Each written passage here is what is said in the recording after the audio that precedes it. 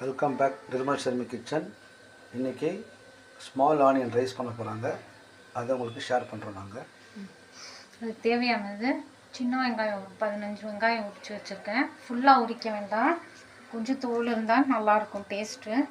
காரத்துக்கு தகுந்த சிகப்பு மிளகா, கொஞ்சோண்டு புளி, ஒரு கடாயில் ஒரே ஒரு ஸ்பூன் எண்ணெய் வச்சுருக்கேன். ஃபஸ்ட்டு மிளகா வறுத்து எடுத்துக்கலாம்.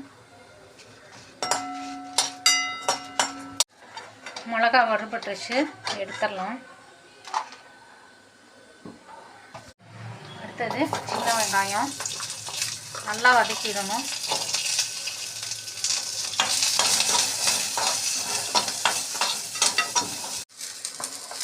வெங்காயத்துக்கு தேவையான சால்ட்டு வெங்காயத்துக்கு தான் போட்டிருக்கேன், ரைஸ்க்கு போடலாம். அப்புறமா ரைஸ் பார்த்துட்டு கலக்கும் போது போட்டுக்கலாம்.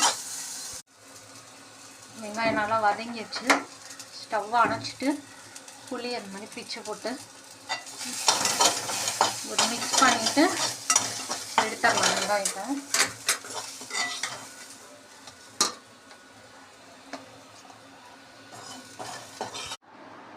வதக்கினதெல்லாம் மிக்ஸி ஜாரில் ட்ரான்ஸ்ஃபர் பண்ணி நல்லா நைஸாக அரைச்சிக்கலாம். தேவைப்பட்டால் கொஞ்சோண்டு தண்ணி ஊற்றிக்கலாம். இந்த மாதிரி அரைச்சிக்கோங்க. முதல் நாள் கூட அரைச்சி வச்சுக்கலாம் ஃப்ரிட்ஜில். நெக்ஸ்ட்டு டே லஞ்சுக்கு யூஸ் பண்ணிக்கலாம், பிசைஞ்சு சாப்பிடலாம். கடாயில் ஒரு ஸ்பூன் எண்ணெய் வச்சுருக்கேன், காஞ்சிருச்சு.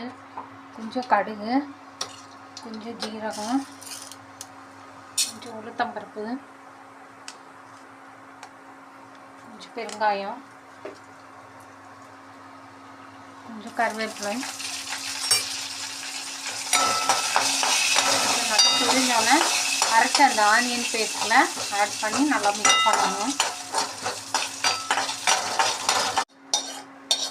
கடுகு உளுந்தெல்லாம் நல்லா பொரிஞ்சிருச்சு.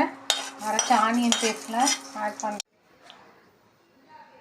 சூடான ரைஸில் ஒரே ஒரு ஸ்பூன் நெய் ஊற்றிட்டு அரைச்சி ஆனியன் பேஸ்ட்டை எவ்வளோ தேவையோ அவ்வளோ போட்டு மிக்ஸ் பண்ண வேண்டியதான். நல்லா ஊறுனா டேஸ்ட்டாக இருக்கும்.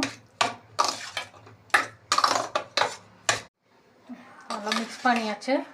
Small onion rice ready.